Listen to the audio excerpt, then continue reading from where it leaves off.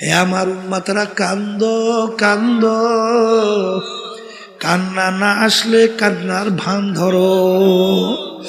আল্লাহ রাব্বুল আলামিন কোরআনুল কারীমের ভিতরে বলেন, ফালিয়াদহাকু কালিলা ওয়ালিয়াবকু কাসীরা। হে আমার বান্দা বান্দিরা, বেশি বেশি পরিমাণে কাঁদো, কম কম হাসো। কিয়ামতের ময়দান জাহান্নাম ফেরেশতারা ধইরা রাখতে পারে না। আল্লাহ নবী সাল্লাল্লাহু আলাইহি ওয়াসাল্লাম সিজদায় পড়ে কান্দে, হে আমার মালিক, তোমার ইজ্জতের জালালের কসম খাই আমি বলছি, আজকে যদি জাহান্নাম আমার একটা উম্মতকে খাইয়া ফেলে, আমি রাসূল তোমার বেহেশতে যাব না। আল্লাহ রাব্বুল আলামিন বলে, হাবিব গো, মাথা উঠান, এই পানি নিয়ে জাহান্নামের দিকে ছিটানি মারেন। যখন পানি নিয়ে জাহান্নামের দিকে ছিটানি মারবে, জাহান্নাম কেত কেত কইরা পিছনে দৌড় মারবে। আল্লাহ রাব্বি সাল্লাল্লাহু আলাইহি ওয়াসাল্লাম আশ্চর্য হইয়া বলবেন, রব্বুল আলামিন, এত ফেরেশতা জাহান্নামকে ধইরা রাখতে পারে না, এ কোন কুদরতি পানি, যেই পানি দেওয়ার সঙ্গে সঙ্গে জাহান্নাম কেত কেত করে পিছনের দিকে দৌড় মারলো। আল্লাহ রাব্বুল আলামিন বলে, হাবিব গো, এ কোনো কুদরতি পানি না, এ হলো আমার বান্দা বান্দি, আপনার উম্মতেরা। দুনিয়া থাকা অবস্থায় যারা এই জাহান্নামের ভয়, আমার আযাব ও গজবের ভয়, দুই চোখের পানি সাইরা কাইদা আমার কাছে মাপ চাইছে, ওই চোখের পানি হলো এই পানি। মুসলমান দাবি করব, আর কালচার থাকবে, সংস্কৃতি থাকবে, এই বিভিন্ন কায়দা কাজকর্ম থাকবে, বিজাতিদের, সে মুসলমান হয়? মুসলমান আল্লাহ এবং আল্লাহর রসুলের হাতে।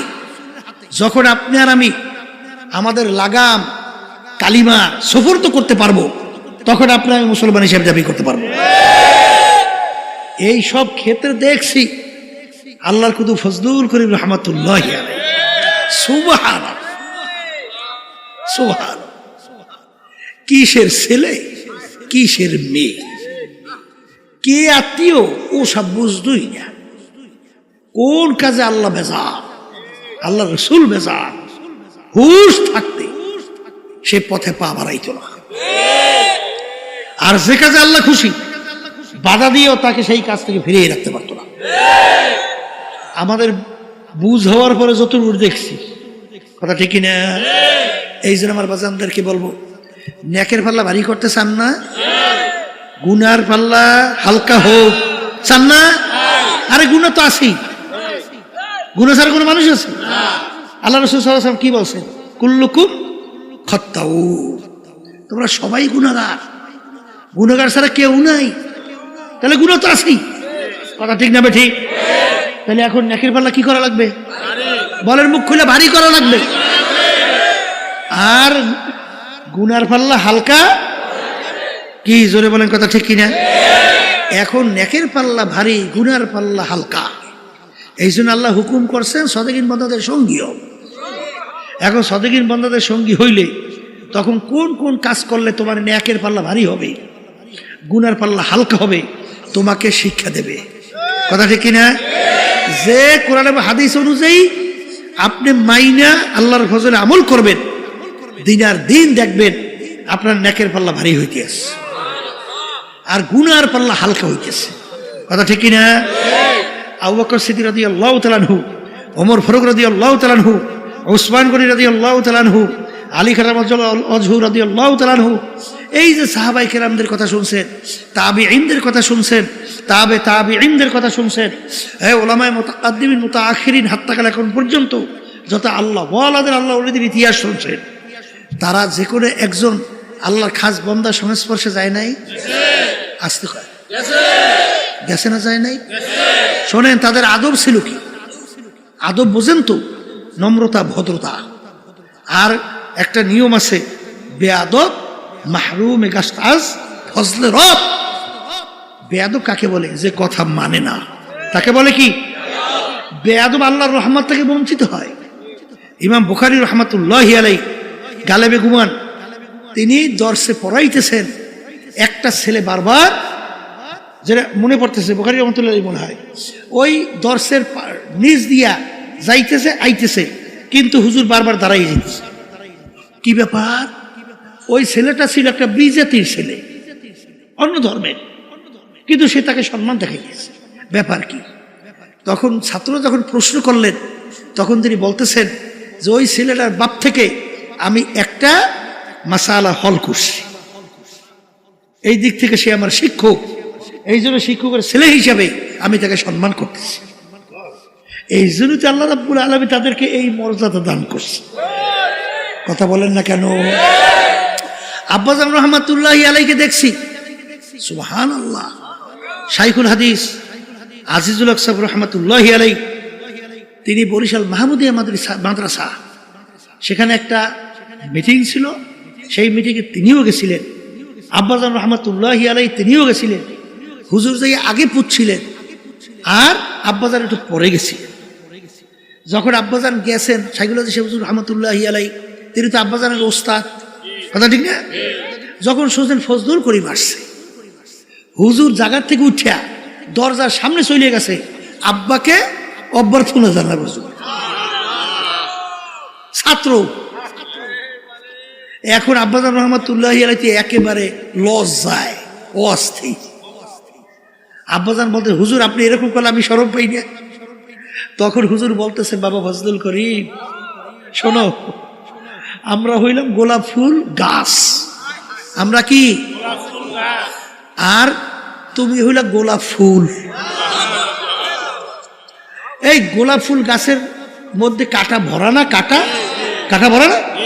আচ্ছা, গোলাপ ফুল গাছের কাছে কেউ যাইতে চায়? কিন্তু ওর এত এই আদর, ওর এত যত্ন, কারণ কি? ওই কাটাযুক্ত গাছ থেকে এমন এক ফুল বের করে, যেই ফুলের জন্য সব পাগল, যার ঘেরানে সব মুগ্ধ। হুজুর বলতেছেন, বাবা ফজলুল করিম, আমরা হলাম গোলাপ ফুল গাছ, আমাদের ভিতর থেকে তোমার মতো ফজলুল করিম একটা গোলাপ ফুল বের করতে পারছি, তাই তোমাদের কারণে আমাদের সম্মান, তা তোমাকে আমরা সম্মান আদর করবো না কেন? কি বুঝলে? ওস্তাদ ছাত্রের উপরে কেমন খুশি, কেমন খুশি! হ্যাঁ, দাদাজান রহমাতুল্লাহি আলাইহি বয়ানে শুনছি, বলতেছিলেন একদিন বয়ানের মধ্যে, আমি ক্যাসেটে শুনছি যে মেয়ারা, তখন দাদাজান ওই লোকজনকে বলতে মেয়ারা, মেয়ারা শোনেন, আমি আপনার তামাম দুনিয়ার মানুষের জন্য যত দোয়া করি, আমার ফজলাল করিম, আব্বাজানকে বলতেন ফজলাল করিম, আমার ফজলাল করিমের জন্য আমি তার চেয়ে বেশি দোয়া করি। বাপ সন্তানের উপরে কি আসতে কয়? খুশি ওস্তাদ, বাপ, পাড়াপড়শি, তাইলে আল্লাহর রহমত ওইভাবে আসবে। কথা ঠিক কিনা? এই জন্য বেয়াদব মাহরুম গাস্তাজ ফজলে রব, যে নাকি বেয়াদব হয় আল্লাহর রহমত থেকে বঞ্চিত হয়। কথা ঠিক কিনা? শোনেন, তাদের আদব ছিল কেমনে, কেমন? এই আবু বকর সিদ্দিক রাদিয়াল্লাহু তাআলার কথা বলতেছিলাম, কেমনে কথা মানে শোনেন। কি আল্লাহ রাসূল সাল্লাল্লাহু আলাইহি ওয়াসাল্লাম বলতেছেন, আবু বকর তুমি প্রস্তুত থাকিও, হিজরতের হুকুম আসতে পারে। কিসের হুকুম? প্রায় 6 মাস আগে বলছে। কয় মাস? 6 মাস। যখন হিজরতের হুকুম হয়েছে, গভীর রাত, আল্লাহ রাসূল সাল্লাল্লাহু আলাইহি ওয়াসাল্লাম আবু বকর সিদ্দিক রাদিয়াল্লাহু তাআলা তার ঘরের দরজায় যাইয়া একটু টোকা দিয়ে বলতেছেন, আবু বকর। কি ডাকতেছে? বলার সঙ্গে সঙ্গে ভিতর থেকে দরজা টাস করে খুলে দিচ্ছে। মুহূর্তও দেরি না, মুহূর্ত। আল্লাহ রাসূল সাল্লাল্লাহু আলাইহি ওয়াসাল্লাম বলেন, আবু বকর তুমি এত তাড়াতাড়ি দরজা কিভাবে খুললা? তখন আবু বকর সিদ্দিক রাদিয়াল্লাহু তাআলা বলেন, হে আল্লাহর রাসূল, আপনি যেদিন বলছেন আবু বকর তুমি প্রস্তুত থাকিও, হিজরতের হুকুম আসতে পারে, আল্লাহ রাসূল সেদিন থেকে আমি রাত্রে বিছানায় পিঠ লাগাই আর ঘুমাই না।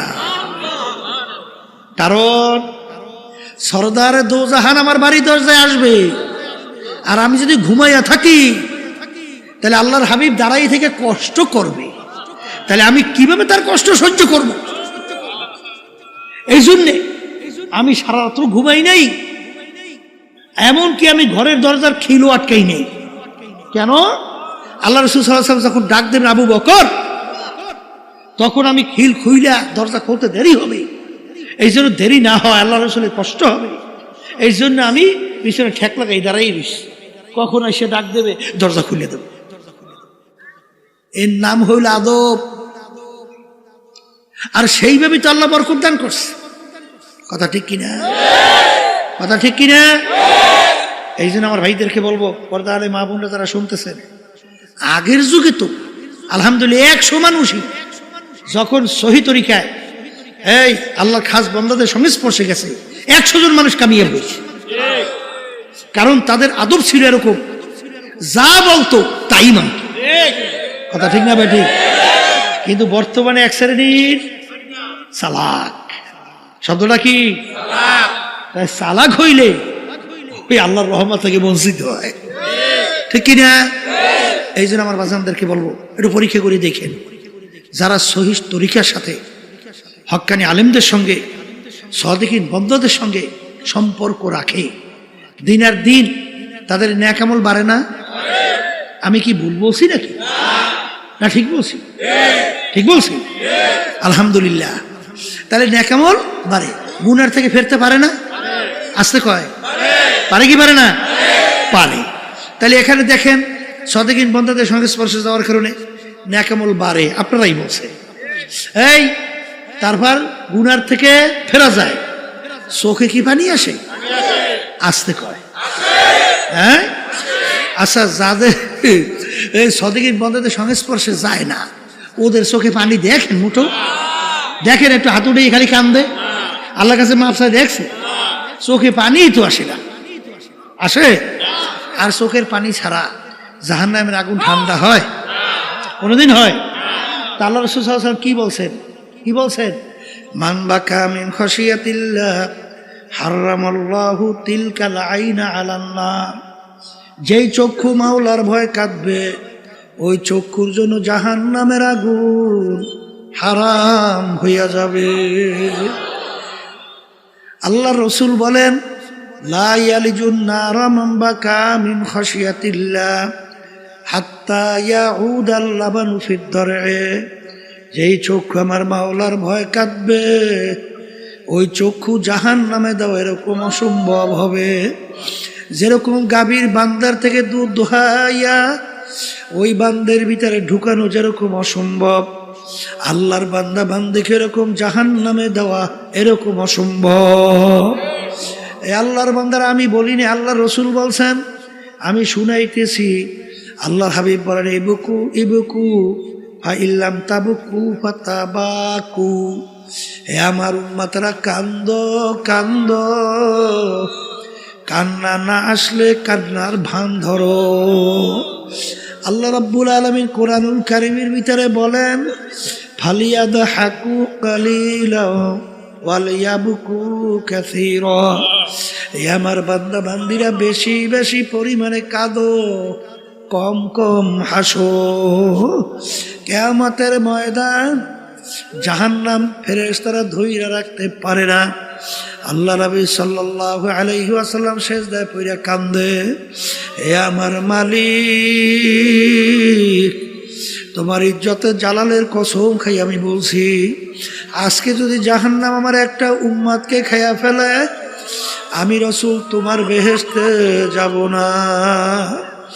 আল্লাহ রাব্বুল আলামিন বলে, হাবিব গো, মাথা উঠান, এই পানি নিয়ে জাহান্নামের দিকে ছিটানি মারেন। যখন পানি নিয়ে জাহান্নামের দিকে ছিটানি মারবে, জাহান্নাম কেত কেত কইরা পিছনে দৌড় মারবে, আল্লাহ রাব্বি সাল্লাল্লাহু আলাইহি ওয়াসাল্লাম আশ্চর্য হইয়া বলবেন, রব্বুল আলামিন এত ফেরেশতা জাহান্নামকে ধইরা রাখতে পারে না, এ কোন কুদরতি পানি, যেই পানি দেওয়ার সঙ্গে সঙ্গে জাহান্নাম কেত কেত করে পিছনের দিকে দৌড় মারলো। আল্লাহ রাব্বুল আলামিন বলে, হাবিব গো,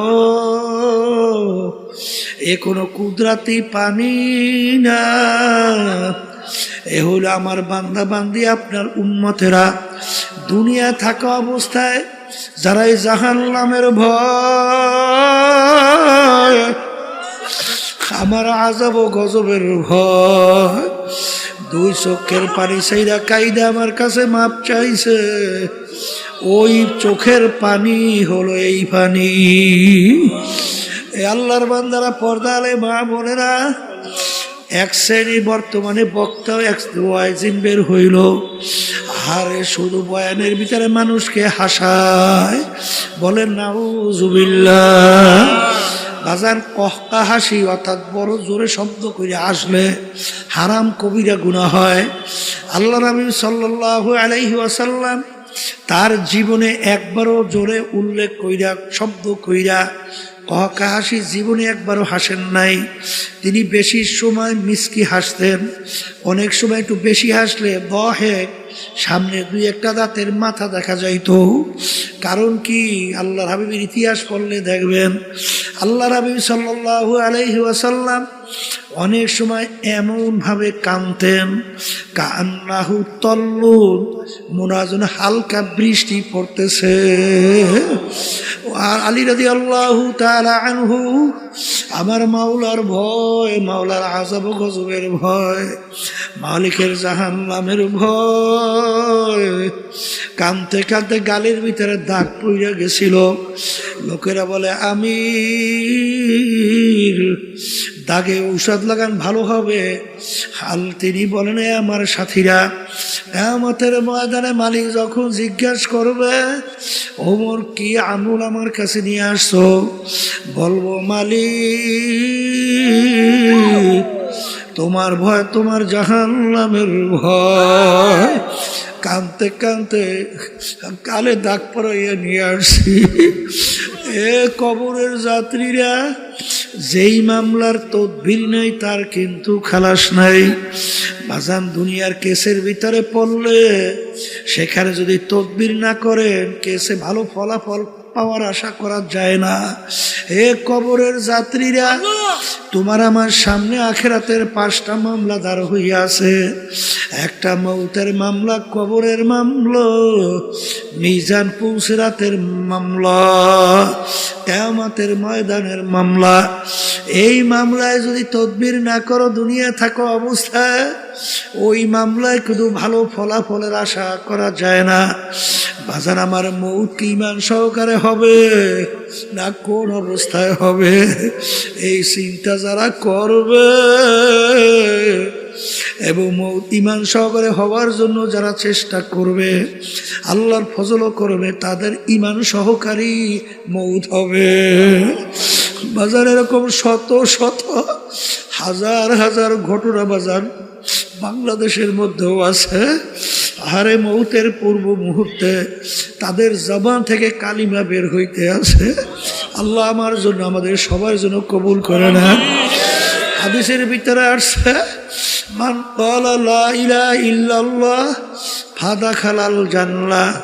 অন্য হাদিসের ভিতরে হাক্কান, যে কালিমার হক আদায় করতে পারবে এবং সেই অনুযায়ী কালিমা পাঠ করবে, সে বেহেশতের ভিতরে ঢুকবে। এ কবরের যাত্রীরা দলাদলি বুঝি না। কবরে কিন্তু কোনো দলের পরিচয় নাই, কোনো পীরের পরিচয় নাই, কোনো মুরিদের পরিচয় নাই। তুমি বড় বংশের না ছোট বংশের, শিক্ষিত না অশিক্ষিত, সুন্দর না কালো, সম্পদের বেশি মালিক না কম মালিক, তুমি কি রাস্তার ফকির না বাদশাহ, এই পরিচয় কিন্তু কবরে চলবে না। আমার বাজানদেরকে বলবো, পর্দারে মা বোনদেরকে বলবো, কবরে কিন্তু প্রশ্ন তিনটা। 1 নম্বর প্রশ্ন মান রব্বুকা, 2 নম্বর প্রশ্ন আমার দীনুকা, 3 নম্বর প্রশ্ন আমার নাবিয়ুকা। এই 3 প্রশ্নের ভিতরে কোথায় কিন্তু আছে তুমি পীর না মুরিদ, তুমি কি চৌধুরী বংশের না তালুকদার বংশের, না তুমি সৈয়দ বংশের, আছে? তুমি কি সুন্দর না কালো, আছে? তুমি কি ধনী না গরিব, আছে? তুমি কি শিক্ষিত না অশিক্ষিত, এই পরিচয় আছে? যদি নাই থাকে, আমার বাজানদেরকে বলবো, পর্দা আলে মা বোনদেরকে বলবো, দুনিয়ায় কিন্তু আসা একই অবস্থায়, রওনাও কিন্তু করা লাগবে একই অবস্থায়। দুনিয়ার ভিতরে যখন রাজা বাদশাহ আসছে, প্রধানমন্ত্রী আসছে, ল্যাংটা অবস্থায় দুনিয়াতে আসছিল। রাস্তার ফকির সেও যখন দুনিয়াতে আসছে, ল্যাংটা অবস্থায় আসছে। বাজার ভাগ্যের বিনিময়ে কেউ বা বাদশাহ, কেউ বা প্রধানমন্ত্রী, কেউ বা অমুক তমুক সমুক, আর বাজান কেউ বা রাস্তার ফকির। হে কবরের যাত্রীরা যখন কবরে রওনা করবে, বাদশাকেও কিন্তু কাপড় 3টা দিয়েই প্যাঁচ দিবে, আর রাস্তার ফকির তাকেও কিন্তু কাপড় 3টা দিয়েই প্যাঁচ দিবে। বাজান প্রশ্ন কবরও কিন্তু একই রকমের হবে। বাদশার জন্য কবর 3.5 হাত, গরিবের জন্য কবর 3.5 হাত। ভাগ্যের বিনিময়ে দুনিয়া কেউ বাদশা, কেউ বা রাস্তার ফকির। হে দুনিয়া পাগল আমার বাবারা, বাজার কিয়ামতের ময়দান, অনেক বাদশা কিয়ামতের ময়দানে ফকির হইয়া উঠবে, আর অনেক ফকির আল্লাহর ফজল করমে বাদশা হইয়া উঠবে। বেলাল হাবশী রাদিয়াল্লাহু তাআলা আনহু দুনিয়ার ভিতরে গোলাম জাদা গোলাম, তার আব্বাও ছিল গোলাম, তিনিও ছিলেন গোলাম। ওদিকে বংশের দিক থেকে একেবারে নিচু, বাজান হাবশ বংশের লোক ছিল। চেহারার দিক থেকে কালো, যারা কালো মানুষ দেখছেন বাজান, হারে কালো তেমন ঢকপথ নাই। শিক্ষার দিক থেকে বকালাম, অর্থাৎ নিজের দস্তখত করতে জানতেন না। ওদিকে সম্পদ টাকার দিক থেকে নিচ্ছ, 1 পয়সারও মালিক ছিলেন না। কিন্তু কিয়ামতের ময়দান, আল্লাহর হাবিব যেই বাহনের উপরে বৈশা বেহেশতে ঢুকবেন, সেই বেহেশতের রশি ধরা থাকবে বেলাল হাবশী রাদিয়াল্লাহু তাআলা আনহু তার হাতে। আল্লাহর হাবিব যখন সবে মেরাজে গেলেন, বেহেশতের ভিতরে খরমের আওয়াজ পাওয়া যায়। আল্লাহ রাবি জিজ্ঞাসা করে, ভাই জিবরাইল, বেহেশতের ভিতরে কিসের খরমের আওয়াজ? আল্লাহ জিবরাইল সাল্লাল্লাহু আলাইহি সাল্লাম বলে, আল্লাহর রাসূল, আপনার বেলালের খরমের আওয়াজ শোনা যায়। আগে আর আসমে আজা রূহে বেলালি না রহি, फलसफा तो रह गया है लेकिन तलकीन गज़ाली ना रही। ए কবরের যাত্রীরা, এ পর্দার আড়ালের মা বোনেরা, কোন দুনিয়ার পিছনে পড়লাম, কোন ক্ষমতার পিছনে পড়লাম, কোন সম্পদের পিছনে পড়লাম? বাজান একটু চিন্তা করো, চক্ষু বন্ধ করো, একটু মুরাকাবা করো, দেখবা সব ফাঁকি আর ফাঁকি। আমার আব্বাজান রহমাতুল্লাহি আলাইহি উদাহরণ দিয়া বললেন, ডাকাতের দলের সরদার, ডাকাতের দলের সরদারের কত পাওয়ার। বাজানোর দলীয় লোক অন্যায় করে অনেক সময় গুলি কইর মাইরে ফেলায়, কত ধরনের মারে অত্যাচার করে শাস্তি দেয়। ওর মাতুব্বারি সরদারি কতক্ষণ? পুলিশের হাতে অ্যারেস্ট হওয়ার আগ পর্যন্ত। যখন পুলিশের হাতে অ্যারেস্ট হইয়া যাবে, বুট দিয়া যখন ওকে পারাবে, হাড্ডি গুড্ডি ভাঙবে, কোথায় যাবে ওর সরদারগিরি, কোথায় যাবে ওর সারগিরি?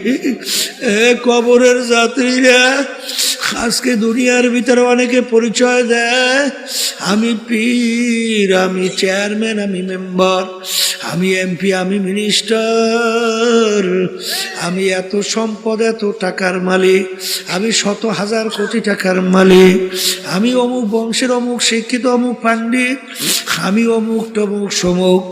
এই পরিচয় কয়দিন, যে কয়দিন চক্ষু দুনিয়াতে খোলা থাকবে, আজরাইল সালাতু ওয়াস সালাম সবাই পিছনে হাত পাইতে অপেক্ষা আছে। আমার মালিক যখন বলবে আজরাইল ধর, ওই অবস্থায় যদি থাবা মাইরে বসে বাজান, তখন তুমি দেখতে পারবা তুমি আসলে অমুক টমুক সমুক না, খোদা না খাস্তা জাহান্নামের একজন কয়েদি। এই জন্য আমার বাজানদেরকে বলবা, যেই মামলার তদবির নাই তার কিন্তু খালাস নাই। এই জন্য আল্লাহর ইতিহাস পড়লে দেখবেন, আমার দাদাজান রহমাতুল্লাহি আলাইহি কথা শুনছি বাজান, ইন্তেকালের আগে আগে চোখের উপরে বৈশাল, পাশেই কবরস্থান, তাকাইয়া তাকাইয়া পোলাপানের মতো আউ আউ করিয়া চিল্লাইয়া কান্দে, দুই চোখ দেয়া বাইয়া বাইয়া টপ টপ কইরা পানি পড়ে। আর মালিকের দিকে ফিরা করুণ সুরে ডাক দেয়, আর করুণ সুরে ডাক দিয়া বলে, ওরে আমার মালিক, ওরে আমার মাহবুব, তুমি যদি আমাকে কবরে মাপ না করো, ওই অন্ধকার কবরে আমি একা কেমনে থাকবো? ওই কবরও তো কেউ নাই, কবরও তো বালিশ নাই, বিছানাও নাই, বাতিও নাই, কবরের সাথীও নাই। ওই কবর কেমন হবে? আল্লাহ রসুল সাল্লাল্লাহু আলাইহি ওয়াসাল্লাম বলেন, কবর তোমাকে আমাকে ডাক দেয়। আল্লাহ রসুল বলেন, তোদেরকে ডাক দেয় কি কইয়া? আব্দুল করিম, হে রেজাউল করিম, হে রহিমা খাতুন, আনা বাইতুল ওয়াহদা, আনা বাইতুল জুলমা, আনা বাইতুল জুল, আমি একা একির ঘর, ওই কবরের ভিতরে একা কেমনে থাকবা? বাজার, ওই কবরে যদি আমার মালিক আপন না হয়, ওই কবরে তোমার আমার উপায় নাই, হাসুরে উপায় নাই, মিজান ফুলসরাতের উপায় নাই। ওই কবরের চিন্তা আল্লাহর ওদের ইতিহাস পড়লে দেখবো, আমাদের এই তরিকার মুরব্বী রশিদ আহমদ গঙ্গি রহমাতুল্লাহ আলাইহি, তিনি কানতে কানতে বুড়া বয়সে অন্ধ হইয়া গেছিল। এ আমার মালিক, তুমি যে জাহান্নামের ঘোষণা দিছ রে মালিক, আরে তোমার হাবিব যে জাহান্নামের বিবরণ দিছে, ওই এক সেকেন্ডের আযাব সহ্য করার দুনিয়ার কোন মানুষের নাই। এ আমার মালিক, দয়াময় করে তুমি আমাকে মাফ কইরা দাও। কানতে কানতে বাজান বুড়া বয়সে অন্ধ হয়ে গেছিল। লোকেরা বলে, হুজুর অপারেশন করেন, চক্ষু ভালো হবে। তিনি বলেন, সাথীরা, কিয়ামতের ময়দানে যখন আমি উঠব, অন্ধ অবস্থায় উঠতে চাই, মালিক যেন আমার কাছে কোনো প্রশ্ন না করে। মালিক যদি প্রশ্ন করে আমার কোনো উপায় নাই, এই জন্য আমি মালিকের সামনে অন্ধ অবস্থায় দাঁড়াইতে চাই।